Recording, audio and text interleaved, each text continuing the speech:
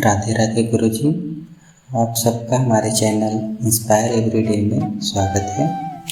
आज की वीडियो का विषय यह है कि जब एक भक्त ने महाराज जी से पूछा कि हे महाराज, एक सच्चे साधक की दिनचर्या क्या होनी चाहिए, तो इस पर महाराज जी ने क्या बताया, आइए सुनते हैं। हमारे जीवन में ये कुछ नियम महापुरुषों के द्वारा बताए गए हैं। अगर ये हो और नवधा भक्ति हो तो बहुत शीघ्र प्रेम आ जाए। पहला है, प्रत्येक साधक को ब्रह्म मुहूर्त में उठना चाहिए। ये जो लोग 9 बजे तक सोने का नियम लिए हुए हैं, हमारी तो ऐसी भावना है कि उनको कभी भी भगवत प्राप्ति नहीं हो सकती, क्योंकि 9 बजे तक सो रहे हो, ब्रह्म मुहूर्त से लेकर के 9 बजे तक भगवान सूर्य उदय हो रहे हैं, आप सैया पे सो रहे हो, तमोगुण वृत्ति बढ़ रही है, प्रमाद बढ़ रहा है, तुमसे भजन बनने वाला है, ऐसा हो ही नहीं सकता। कैसे भगवत प्राप्ति होगी? अरे भगवत प्राप्ति वाले को कभी ब्रह्म मुहूर्त में नींद आ सकती, असंभव बात है। यदि वो रात्रि भर बैठकर भजन किया है तो भी ब्रह्म मुहूर्त में नहीं सोएगा, फिर बाद में सो लेगा। ऐसे कितने साधक हैं जो रात्रि में भजन करते हैं। 1-2 बजे तक नाना प्रकार की विलासिता में समय काटिए और सुबह 10 बजे तक सोइए और अपने आप को साधक माने, असंभव बात। भगवत प्राप्ति असंभव। सावधान रहिए। प्रातः काल का 3 बजे से और सूर्य उदय तक का जो समय है, ये महामहिमा में समय है। इसमें अधिकतर ध्यान युक्त जप किया जाए, बहुत लाभ की प्राप्ति होगी। ये बहुत अमृतमयी वेला है। बड़े बड़े महापुरुषों ने, गुरुजनों ने इसी समय को सार्थक किया है भजन के द्वारा, फिर अनुभव करके बताया है। जो प्रातः कालीन 3 बजे से लेकर सूर्य उदय तक भजन नहीं करते हैं, वो दिन में भजन करें ऐसा नहीं लगता हमको कि वो तन्मयता पूर्वक भजन कर पाएंगे। ब्रह्म मुहूर्त में जब भजन होता है तो दिन भर का नशा चढ़ जाता है। जैसे समय से आप नशा कर ले तो दिन भर वो गूंजता रहता है, ऐसे ब्रह्म वेला पर यदि आपने गुरुमंत्र की तन्मयता 2-3 घंटे की तो 24 घंटे उसका नशा चढ़ा रहेगा। रात्रि में सोने के समय और प्रातः काल जग करके सूर्य उदय तक सतत भजन करे, मंत्राकार वृत्ति करे, ध्यान युक्त जप करे, फिर आप देखिए कैसा आपको लगता है। यदि आप बहुत ही शरीर स्वस्थ है और आपका अभ्यास बहुत कमजोर है तो भी सूर्य उदय होते होते आप उठ जाइए। सैया में लेटे हुए सूर्य उदय हो रहे हैं और आप साधक कहलाते हैं, बड़ी हंसी की बात है। बिल्कुल कदापि ऐसा नहीं, ये महापुरुषों के सिद्धांत बताए हुए हैं। प्रत्येक साधक को ब्रह्म मुहूर्त में उठ जाना चाहिए। यदि ऐसा संभव ना हो सके तो सूर्य उदय होते होते उठ जाना चाहिए। सूर्य उदय हो रहे हैं, आप सैया में, वैसा कभी नहीं होना चाहिए। दूसरा, प्रातः काल जग करके किसी सांसारिक विषय का निर्णय नहीं करना चाहिए। अशांत है, उसी समय हम चिंतन, व्यापार या नाना प्रकार की बातों का कर रहे हैं, उस समय केवल भगवत चिंतन में तन्मयता करने की चेष्टा करनी चाहिए। तीसरा, प्रातः काल सूर्योदय के समय और संध्या के समय, 2 समय प्रार्थना युक्त भाव से, यदि आप वैष्णव उपासना में है, नित्य विहार उपासना में है, तो ठाकुर की मंगला और संध्या आरती के समय पद गायन करते हुए प्रभु से प्रार्थना करें। यदि आप सनातन धर्मी उपासना में हैं तो आप संध्या करते हुए, गायत्री जप करते हुए उस समय प्रभु से प्रार्थना करें कि हमारे जीवन की संध्या होने जा रही है, अभी हमारी आपकी संधि नहीं हुई, हमारा मन विषयों में फिसल रहा है, नाथ स्वीकार कर लो। हे पतित पावन, मुझ पतित को अपने सानिध्य का अनुभव कराओ। आप हमारे हृदय में हो, ऐसा मैं अनुभव कर पाऊं। आपका ही सारा विलास, आप सारे जगत का स्वरूप हो, ऐसा मुझे अनुभव करा दो। प्रार्थना करनी चाहिए। चौथा, नियम ले कुछ भगवान नाम का कि हम इतने माला जपेंगे, या गुरुजनों से नियम सामने स्वीकार करें और उसे प्राणपण, ऐसा प्राणपण कि मैं भले भूखे रह जाऊं, भले मैं कष्ट सहूं, लेकिन जब तक इतना जप नहीं होगा तब तक हम प्रसाद नहीं पाएंगे, तब तक हम शयन नहीं करेंगे। प्राणपण से उसका निर्वाह करें। एक जप का नियम ले लें कि मुझे इतने घंटे जप करना है, फिर उसे निर्वाह करें बहुत काल तक, तो आपका अभ्यास दृढ़ हो जाएगा। आपके लिए बहुत सहज हो। नियम में बहुत बड़ी ताकत है। जो नियम से नहीं जपते हैं तो आज 50 माला जपाओ, फिर 5 दिन बिल्कुल नहीं जपा, ठीक नहीं है ऐसा। आप एक छोटा नियम ले, लेकिन उसको प्राणपन से निर्वाह करें, फिर बड़ा और बढ़ावे, फिर और बढ़ावे, फिर धीरे धीरे हर श्वास, हर मिनट, हर क्षण भजन चलने दे। आप सिद्ध हो गए। प्रतिक्षण भजन चल रहा है, अखंड भजन चल रहा है, निरंतर भजन चल रहा है, सहज स्वभाव बन गया भजन करने का।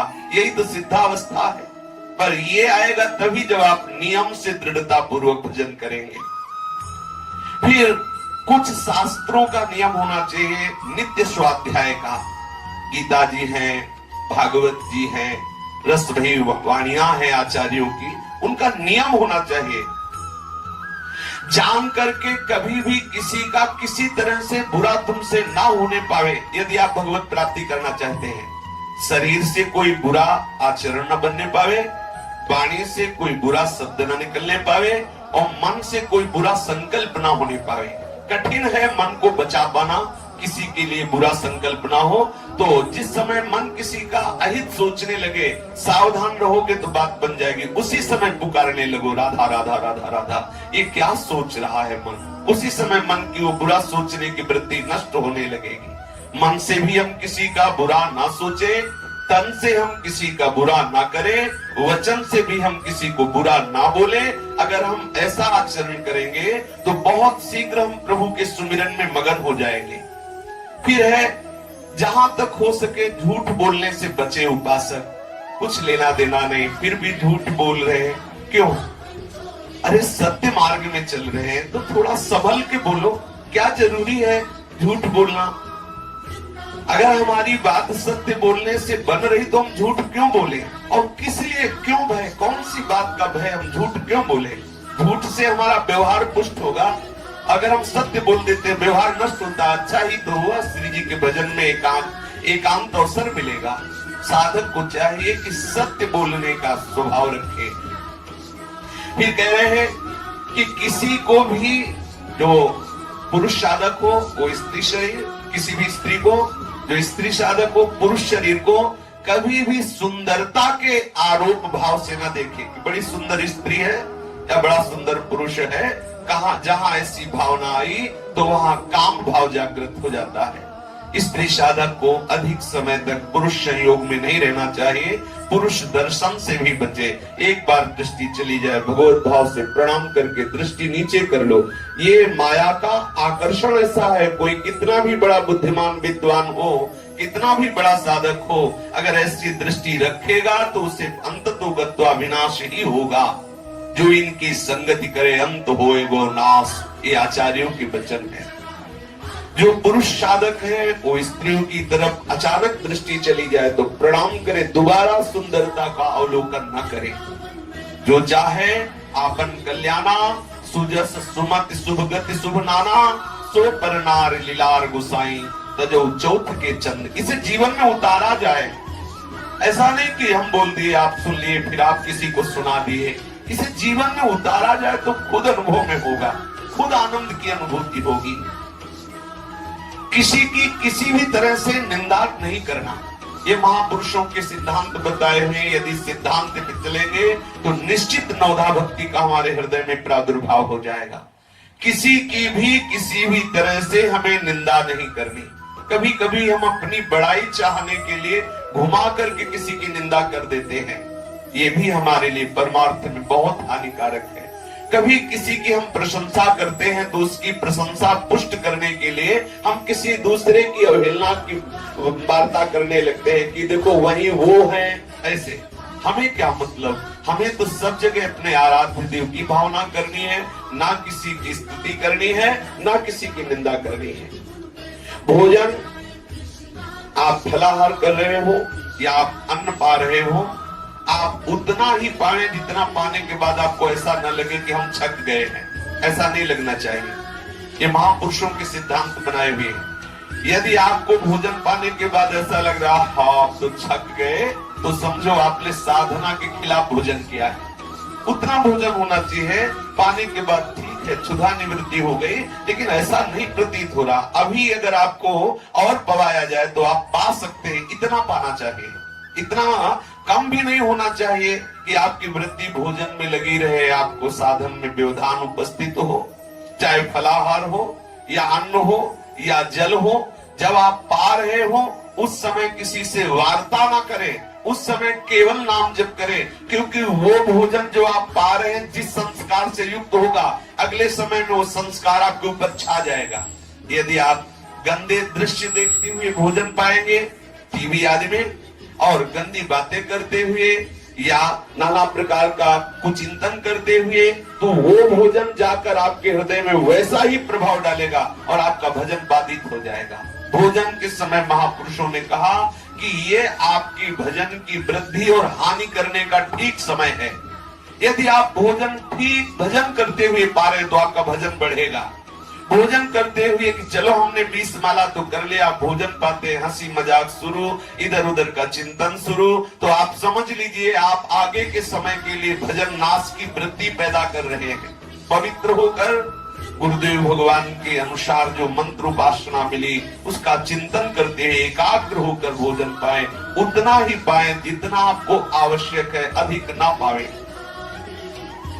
कभी भी कहीं भी ऐसा लग रहा हो कि दूसरे के हक की वस्तु है तो कभी उसे आप ना लें। कभी भी चार साधक बैठ करके किसी का उपहास न करें, हंसी मजाक का वातावरण उपस्थित न करें। गुरुजन सामने पड़े, जय बार पड़े, उनको प्रणाम करें, इससे अहंकार का नाश होता है। सब जीवों में ये देखें कि हमारे आराध्य देव जो सिंहासन में विराजमान है वही सब जीवों में विराजमान है। ऐसी भावना से जो भी दृष्टि में आए तो उसे मानसिक प्रणाम करने की चेष्टा करें। कभी कोई आपके साथ प्रतिकूल व्यवहार कर दे तो किंचन मात्र क्रोध ना करें। यदि क्रोध आ जाए तो जो जप किया है उसमें और जप बढ़ावे दंड के रूप में।